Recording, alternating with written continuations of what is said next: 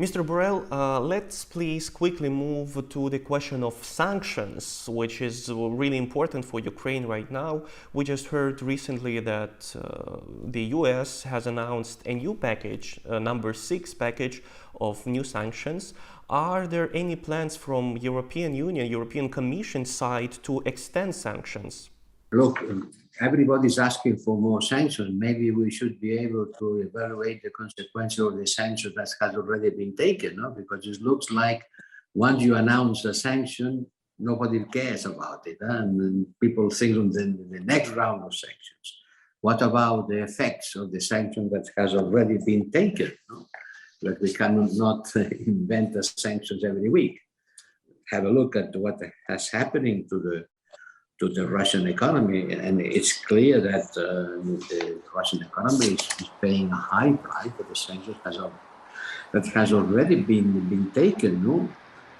Let me just put an example. More than 700 Russian aircraft, civilian aircrafts, cannot fly because they have lost their licenses due to the lack of spare parts and software. More than 700 civilian aircrafts are stopped.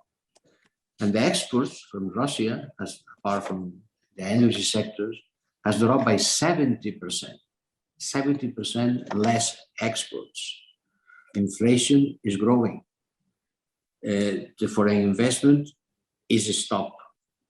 More than 200,000 people has lost their jobs due to the fact that the foreign companies are withdrawing from Russia. We have been frozen assets, Russian assets, by almost 30 billion euros. 30 billion euros that's being froze.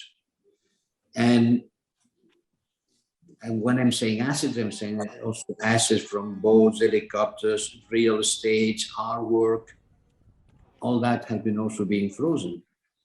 And if we think about the level of sanctions that has been blocked, we are talking about almost 200 billion. So certainly the sanctions are damaging the Russian economy. The problem is which are the collateral effects of the sanctions. And there is a big debate today in the world. We are facing a food crisis, we are facing an energy prices crisis, and the Russians are trying to sell to the rest of the world. This is the consequences of the Western sanctions. No, these are the consequences of the war. If the Russians prevent your wheat, the Ukrainian wheat, to be exported, or they bomb the storages, then some people will not have wheat. But this is not the consequences of the sanctions, it's consequences of the war for itself.